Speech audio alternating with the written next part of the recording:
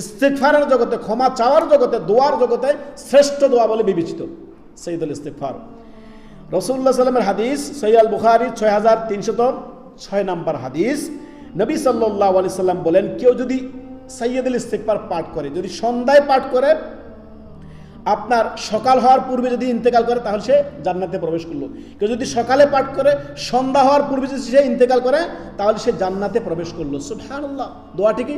আল্লাহুম্মা আনতা রাব্বি লা ইলাহা ইল্লা আনতা খলাকতানি ওয়া আনা আবদুকা ওয়া আনা আলা আহদিকা ওয়া ওয়া'দিকা মাস্তাতা'তু আউযু বিকা মিন শাররি মা সানাতু আবুউ লাকা বিনি'মাতিকা আলাইয়া ওয়া আবুউ বিযামবি ফাগফিরলি ফা ইন্নাহু লা ইয়াগফিরু যুনুবা ইল্লা আনত। আল্লাহু আকবার। কত 30 সেকেন্ডও হইল না, মাত্র 17-18 সেকেন্ডের মধ্যে আপনি এই জিকির করে ফেললেন। সুবহানাল্লাহ। সাইয়্যিদুল ইস্তিগফারের কত গুরুত্ব! ক্ষমার জগতে শ্রেষ্ঠ দোয়া এটি। দৈনন্দিন জীবনে আপনার আমার বহু গুনাহ আমরা করে ফেলতেছি, নিজের যে ইচ্ছা অনিচ্ছা বহু গুনাহ আমরা করে ফেলতেছি। সকাল সন্ধ্যা সাইয়্যিদুল ইস্তিগফার কখনো ছাড়বেন না।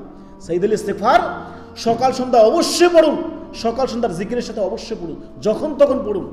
সাইয়্যিদুল ইস্তিগফার ক্ষমার জগতে শ্রেষ্ঠ দোয়া এটি। সুবহানাল্লাহ।